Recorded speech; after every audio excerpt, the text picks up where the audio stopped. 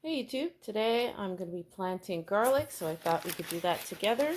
I just got my shipment of garlic from John Boy Farms. I think it's a Canadian company. I'm not exactly sure where it is located, but anyways, they gave a nice little growing guide, so I'll take a look at that. I mean, I've sort of planted garlic before. I'm not a professional, but I've just come to the conclusion that I'm going to buy. This is my first time buying actual quote unquote garlic seed, and the reason that I'm doing it is because I've come to the conclusion that even though I can grow garlic from grocery store garlic, I've had so many problems, which I will show in the past, of trying to just replant grocery store garlic. I've done it with organic garlic and I've done it with just regular garlic, and it's been very iffy. The best that I've had is what I have here. And this actually took 2 years, 2 seasons to grow, and it's just very small amount of garlic. They look okay, and this is grocery store garlic here. And I have these little baby bubles, I think they're called. If I put this in the soil this year, I will end up next year with one garlic clove in replacement of each of these bubles. Oops. Sort of like a garlic seed that takes 2 years to turn into a clove. And then after that, it will become, of course, the whole garlic bulb. So if I take these and put these in the soil now, I will end up with one clove. So this is a good way to multiply my harvest of garlic for free, and I'll probably do that, but it really didn't work very well to have nice sized garlic. Now, there's no guarantees with the size of your garlic, whether you buy seed or not, but I think you're starting from a better place if you start with garlic seed. So I'm just making the investment this year. So these are the brands that I ended up with: Persian, German, and Music. And there's my full disclosure here. Buying garlic seed is not cheap. This seems to be a company that has good quality seed, and so I made the investment here. I'm only doing it once, so I will just write it off as my cost to get in on garlic farming, and I will just go from there. And I can multiply my own seed from here because I've got some nice good quality seed to start off with. So I'm going to be planting these outside, and I'll take you with me. Okay guys, so we're going to the garden. We've got most of our fencing up now, so that's kind of exciting. And this is not finished yet, but it's a bit of a gate to come into it. And maybe I'll do a little tour video. My garden did not do as well this year because of the heat waves that we had. But this is the spot that I am going to put my first batch of garlic.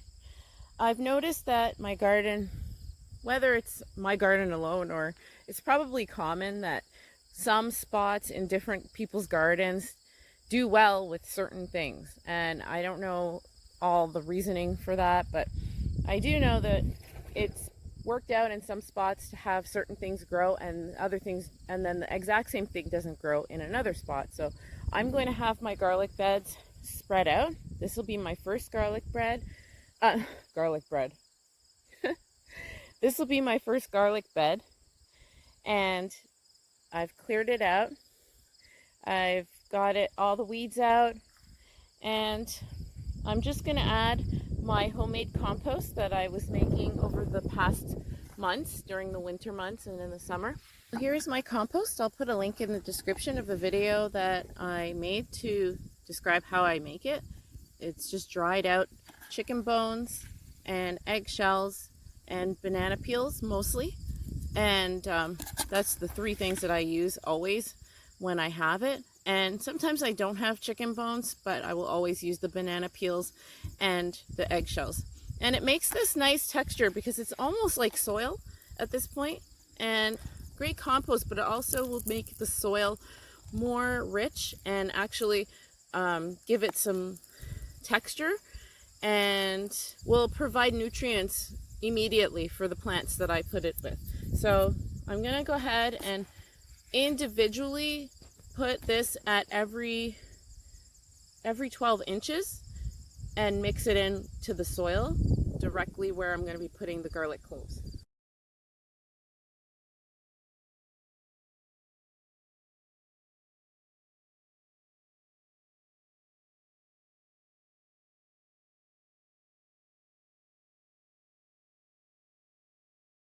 music garlic bulbs, and I've just divided them into cloves. I have about 20 here, so I'm not sure how many spots I have, but I'm going to try to plant all of these here. They're a hardneck garlic, and they're very hardy, and they're reliable, this brand name, Music. It grows from zone 3 to zone 9. So I'm in zone 3, so this will be a good reliable garlic for this zone.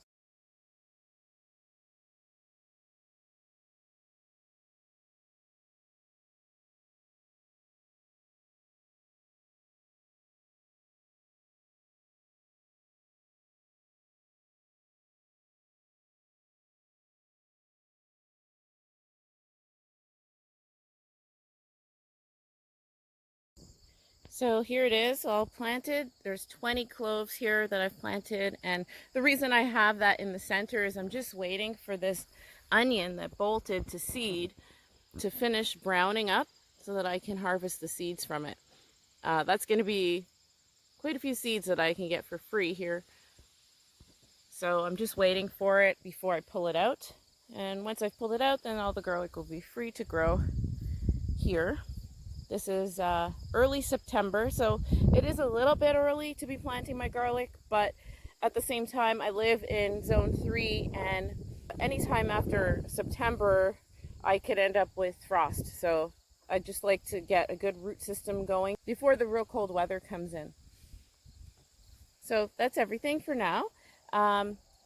Like I said, I will have the compost link in my description. And in the comment section, I'll pin it there. I am using this time around. I'm using peat moss because I have some. I bought it for a different purpose, but I've ended up just going ahead and using it in my garden. It's a very rocky soil here where I am in New Brunswick, and I've just decided I'm going to add a little bit at a time to it. I'm very remote, so I can't get a dump truck of soil to come up here, so this is like my best option. I'm also trying to build up the soil by adding the grass. As you know, I've made videos about that. It's been very valuable in building up the soil, just adding a whole bunch of grass clippings, and it softens up the soil quite a bit. Other garlic beds, I'm going to try to use just the soil that exists on the plot. It's more of an experiment, but also I would like to know how to maneuver without the ability to buy soil at the store. If it should happen that I can't get to a store or a store won't sell me soil, I could still build up a garden and grow food without it. So I'm doing it the easy way here, but I'm also doing it the hard way in a lot of other areas. And that's really the focus of my garden. It could have probably been a lot more productive of a garden if I had maybe started with seedlings, or if I hadn't gone ahead and tried to use just the soil that I have already. But in an emergency situation, or in a situation where I can't get out, I wanted to know that I could plant a garden without the extra help.